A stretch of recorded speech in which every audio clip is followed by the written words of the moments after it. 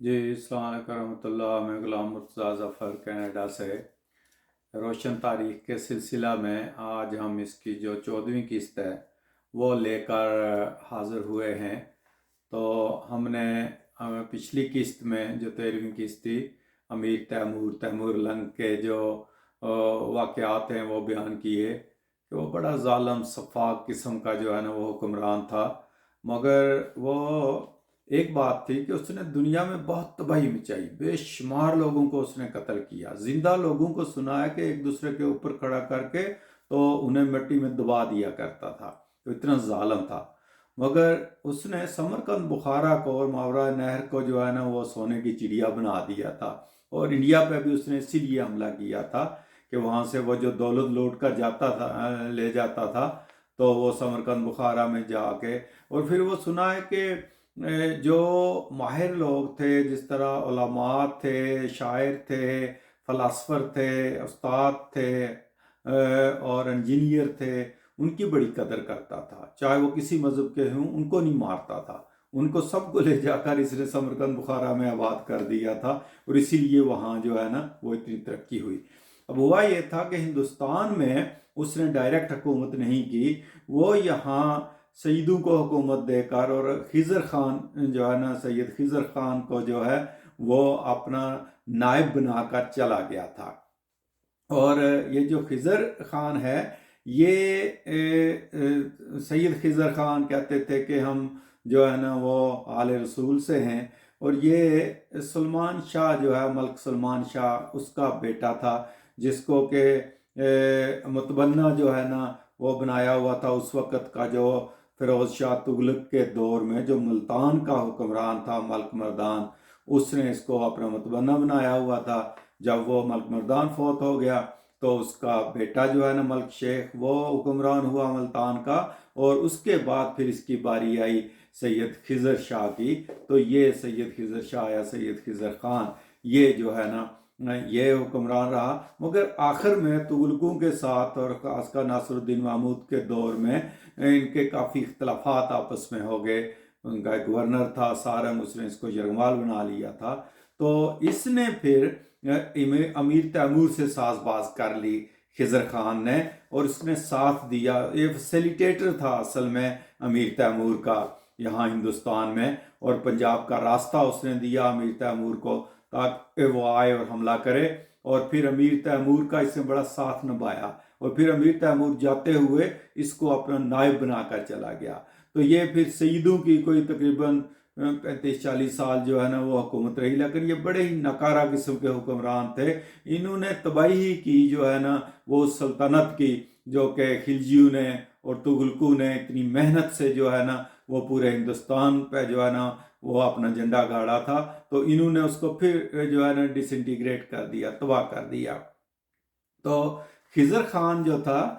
اس نے کافی لڑائیاں وغیرہ کی، اس کے دور میں بھی کافی، چونکہ باغی ہو گئے تھے، کافی علاقے جو ہے نا وہ بغاوت جو ہے وہ کر دیا کرتے تھے، مگر پھر بھی کوئی قابل ذکر یہ جو ہے نا وہ کام وہ نہ کر سکے۔ انہوں نے اپنے آپ کو سلطان نہیں کہلواتے تھے، یہ کہتے تھے کہ ہم رعیت ہیں، ہم نائب ہیں جو ہے نا وہ امیر تیمور کے، اور اپنے آپ کو نائب ہی کہلواتے تھے، امیر تیمور کا ہی نام استعمال کرتے تھے، اسی کے نام کے سکے، اسی کا نام کا جو ہے نا وہ خطبہ یہ پڑھا جاتا تھا جو ہے وہ ان کے دور میں، سید خضر کے دور میں۔ تو اس طرح جو ہے یہ کوئی خاص اتنا کارنامہ جو ہے وہ نہیں کر سکے تھے۔ اور پھر اس کے بعد جو ہے وہ جب امیر تیمور فوت ہو گیا تو اس کا بیٹا شاہ رخ کچھ عرصہ حکمران رہا، تو یہ اس کے بھی نائب ہی اپنے آپ کو جو ہے نا وہ کہلواتے رہے، اور پھر آخرکار 20 مئی 1421 کو یہ ایک بیماری کی وجہ سے جو ہے نا وہ فوت ہو گیا۔ تو اس کے بعد پھر مبارک شاہ آیا، مبارک شاہ حکمران بنا دلی کا، جو 1421 سے 1435 تک جو ہے نا رہا۔ اس کا دور ویسے کچھ بہتر رہا، یہ خضر کا بیٹا تھا، تو یہ اچھا حکمران تھا، اس نے کچھ علاقوں کو اپنے ساتھ مڑ کے دوبارہ ملایا بھی، اور کافی جس طرح بنگال، راجستھان وغیرہ وہ الگ ہو گئے تھے، تو اس نے ان کی بغاوتوں کو بھی کچلا، کچھ میں کامیاب رہتا تھا کچھ میں ناکام، مگر یہ اچھا حکمران ثابت ہوا سیدوں میں سے اگر کسی کو دیکھا جائے مجموعی لحاظ سے تو۔ اور جمنا کے کنارے اس نے ایک شہر آباد کیا تھا مبارک آباد کے نام سے۔ تو اس وقت جو سب سے بڑا فتنہ اس کے دور میں اٹھا وہ گکھڑوں کا تھا۔ پنجاب کے جو گکھڑ تھے انہوں نے اپنا ایک لیڈر بنا لیا تھا جسا خان، جس نے بڑا ٹف ٹائم دیا اس کو مبارک شاہ کو، اور اس نے بہت سے دوسرے بلکہ کشمیر جموں وغیرہ اس پہ بھی قبضہ کر لیا تھا جسا خان نے۔ پھر مبارک شاہ اس کے مقابلے کے لیے جاتا رہا اور آخر کار جو ہے وہ اس کو جسا خان کو بھاگنے پہ مجبور کر دیا، مگر پھر یہ آخر کار اس کو مبارک شاہ کو جو ہے وہ 26 جنوری 1435 کو قتل کر دیا گیا تھا۔ اور اس کے بعد پھر جو ہے نا وہ مبارک شاہ کا ایک بھتیجا تھا، اس کو تخت نشین کیا گیا محمد شاہ کو، جو کہ 1435 سے 1445 تک جو ہے نا وہ تخت پر رہا، مگر یہ بھی بالکل نکارہ قسم کا حکمران تھا، محل سے باہر نہیں نکلتا تھا، اپنی یاشیوں میں پڑا رہتا تھا، اور باقی سب جو اس وقت کے نوبلز تھے ان کے کنٹرول میں یہ سارا تھا۔ تو اس وقت 1445 میں ایک دفعہ جو مالوا کا حکمران تھا اس نے دلی پہ چڑھائی کر دی، تو یہ جو بہلول لودھی ہے جس نے پھر آخر کار یہ سیدوں کی حکومت ختم کی تھی، تو پہلے وہ ان کا حمایتی بھی تھا، تو اس نے اپنے 20,000 فوجی بھی بھیجے، وہ یہ مبارک شاہ محمد شاہ کو لڑنے سے کچھ غرض ہی نہیں تھی، اس نے منتیں ترلے کر کے صلح کر لی، جس سے بہلول لودھی کو بڑا غصہ آیا کہ میں نے 20,000 فوج بھی بھیجی ہے پھر بھی اس نے جو ہے نا وہ ہتھیار ڈال دیے اور بس منتیں ترلے کر لی ہیں اس کے، تو اس نے کہا کہ اس کو ہٹاتے ہیں۔ تو اس کے بعد پھر جو ہے نا وہ بھی بیمار ہوا، فوت ہو گیا، تو پھر مبارک شاہ کا ایک اور بیٹا تھا شاہ عالم کے نام، علاء الدین شاہ عالم کے نام سے، وہ تخت پر بیٹھا، اور وہ تو اس سے بھی ناکارہ تھا، اور کچھ عرصہ وہ حکمران رہا، اور اس کے بعد جو ہے نا وہ پھر بہلول لودھی نے آخر کار جب دیکھا کہ یہ تو بالکل ہندوستان کو تباہ و برباد کرنے لگے ہیں، تو اس وقت پھر بہلول لودھی نے حملہ کر کے تو اس کو یہ جو مبارک شاہ تھا شاہ عالم شاہ، یہ تو لڑائی نہیں تھا، شاہ عالم جو ہے یہ لڑائی نہیں تھا، اس نے جو ہے نا وہ کہا جی کہ مجھے بدھیوں میں رہنے دو، بدھیوں میں رہتا تھا کہ مجھے یہاں سے نہ نکالو، مجھے یہاں رہنے دو، اور اس کو بہلول لودھی کو کہا کہ تم جو ہے نا وہ اقتدار سنبھال لو، اور اس نے بھی کہا کہ ٹھیک ہے تمہیں میں قتل نہیں کروں گا، تم وہ زندہ رہا کوئی 28 سال کے قریب، لیکن بدھیوں سے باہر نہیں، وہ پہلے بھی نہیں نکلا، جب بادشاہ تھا پھر بھی نہیں نکلتا تھا، اور اس کے بعد بھی کبھی باہر نہیں نکلا۔ اس نے اس سے جو ہے نا وہ لودھی سے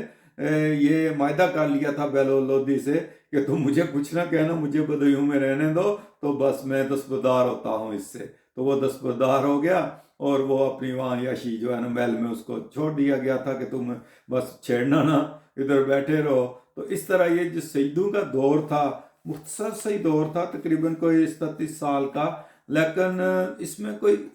یہ صرف امیر تیمور کے مرہون منت اقتدار میں آ گئے، ورنہ ان کا کوئی رول نہیں تھا، کوئی بیک گراؤنڈ نہیں تھا، یہ اس قابل نہیں تھے کہ یہ حکمرانی کرتے ہندوستان کی۔ تو بہرحال لودھیوں نے پھر ہندوستان کو سنبھالا، اور پھر جو خاص کر جو ابراہیم لودھی کا دور ہے وہ تو بڑا ہی تاریخی دور ہے، اور ظالمانہ بھی کہہ سکتے ہیں آپ، اور اس کے بعد پھر مغلوں کا دور شروع ہوتا ہے جس میں ظہیر الدین بابر اور ابراہیم لودھی کا جو ہے نا وہ ٹاکرا ہوا تھا، اس کی کہانیاں بعد میں آئیں گی۔ تو اس طرح اب آگے جو لودھی خاندان ہے اس کے 3 بڑے ہی حکمران گزرے تھے، بہلول لودھی، اور اس کے بعد جو ہے نا وہ سکندر لودھی، اور پھر ابراہیم لودھی، ان کا ذکر اگلی قسط میں کریں گے۔ تو پھر اس کے بعد مغل آئے، پھر مغلوں کا دور بڑا لمبا ہے، اور وہ بڑی لمبی قسطیں جو ہے نا وہ چلیں گی۔ تو اگر ابھی تک آپ نے روشن ٹی وی کو سبسکرائب نہیں کیا تو وہ کر دیں، اور جو ہماری روشن تاریخ کے سلسلہ میں جو پہلی قسط سے اگر آپ دیکھنا شروع کریں تو یہ 14ویں قسط تھی، تو آپ کو یہ جو ہے نا وہ ترتیب وار ساری کڑیاں جو ہے نا وہ ملتی جائیں گی۔ تو آج اسی پہ ختم کرتے ہیں، تو اگلی قسط لے کر حاضر ہوں گے جس میں لودھی خاندان کا ذکر کریں گے۔